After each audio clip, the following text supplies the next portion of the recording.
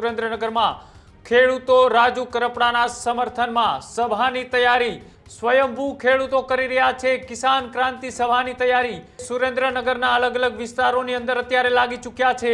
આમ આદમી પાર્ટીમાંથી રાજીનામું આપ્યું છે ત્યારથી અનેક અટકળો છે તે થઈ રહી છે।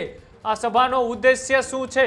અનેક અટકળોની વચ્ચે રાજુ કરપડા કોઈ પણ રાજકીયના બેનરનો સાથ લીધા વગર આમ તો છેલ્લા 8 વર્ષથી ખેડૂતો માટે કામ કરતા આવ્યા છીએ। 5 ખેડૂત હોય તો પણ ભલે, 5000 ખેડૂતો હોય તો પણ ભલે।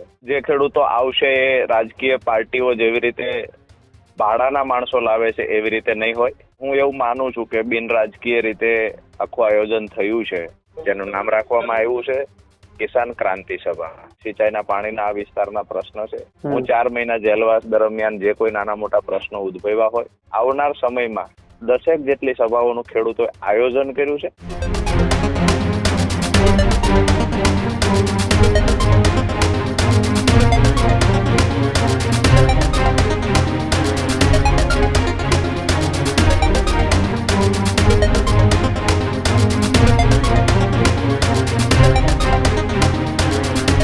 સુરેન્દ્રનગરમાં ખેડૂતો રાજુ કરપડાના સમર્થનમાં સભાની તૈયારી સ્વયંભૂ ખેડૂતો કરી રહ્યા છે। કિસાન ક્રાંતિ સભાની તૈયારી 23 તારીખે ખેડૂતો રાજુ કરપડાના સમર્થનમાં કરશે હુંકાર।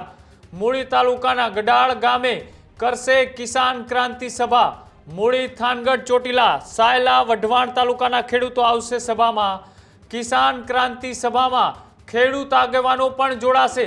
જે રીતના તમે આ પોસ્ટર બેનર જોઈ રહ્યા છો કે સુરેન્દ્રનગરના અલગ અલગ વિસ્તારોની અંદર અત્યારે લાગી ચૂક્યા છે અને કિસાન ક્રાંતિ સભા 23 તારીખે ગઢાળા ખાતે રાજુ કરપડાના સમર્થનમાં એ સુરેન્દ્રનગર જિલ્લાના ખેડૂતો તેમના સમર્થનમાં એક સભા બોલાવી રહ્યા છે।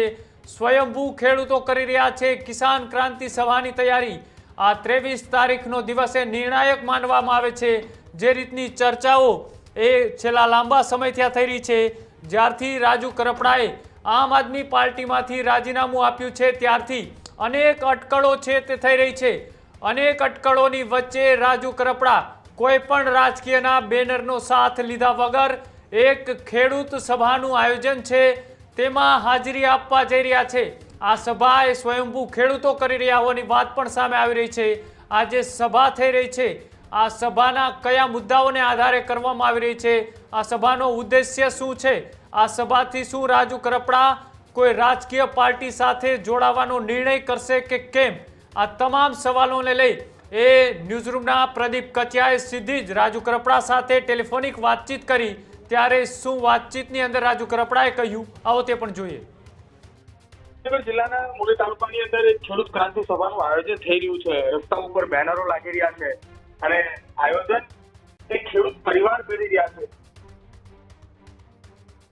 હા, મૂળી તાલુકાના અને થાનગઢ તાલુકાના સાથે ચોટીલા તાલુકાના અને સુરેન્દ્રનગર જિલ્લા જે પરિવારો મારા સમર્થનમાં છે, આમ તો છેલ્લા 8 વર્ષથી ખેડૂતો માટે કામ કરતા આવ્યા છીએ।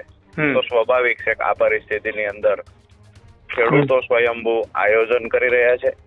રાજુ કરપડાના સમર્થનમાં એક સભાનું પ્લાનિંગ થઈ રહ્યું છે, જેના બેનર, પોસ્ટર અને જે સભા પહેલા આગોતરી તૈયારી હોય આ ખુદ ખેડૂતો પોતે બેનરો લગાવીને કરી રહ્યા છે।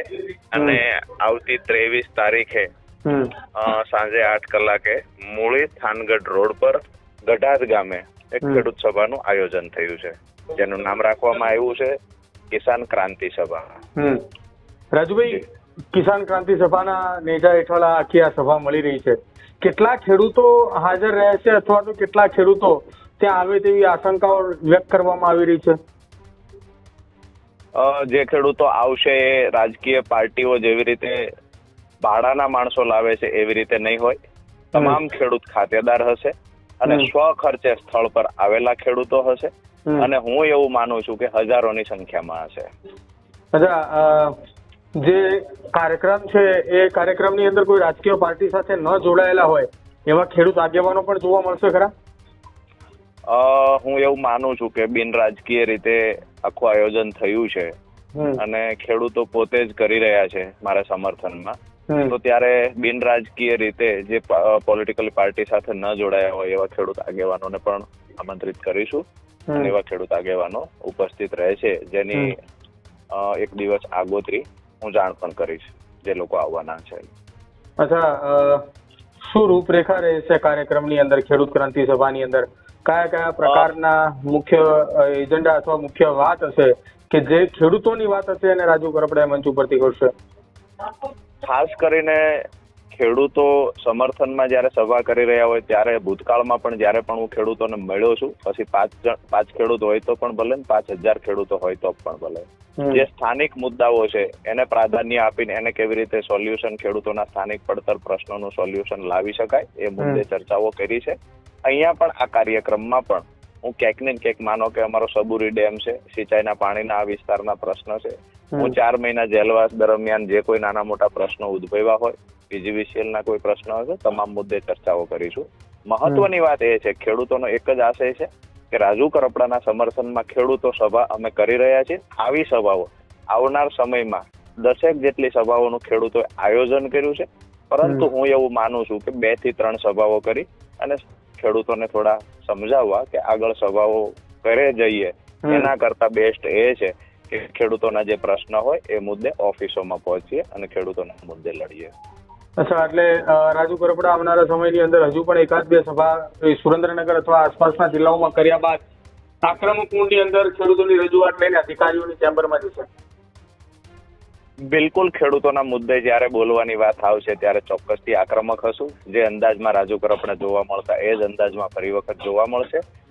ગઢાદની સભા પૂરી થશે ત્યારબાદ ખાટડી ગામના ખેડૂતોએ પણ આયોજન કર્યું છે. ત્યાર પછી થાનગઢ શહેરમાં એક પદયાત્રાનું આયોજન પણ થાનગઢના કાર્યકર્તાઓ અને સમર્થકો કરી રહ્યા છે. જી, આભાર રાજુભાઈ વાતચીત કરવા.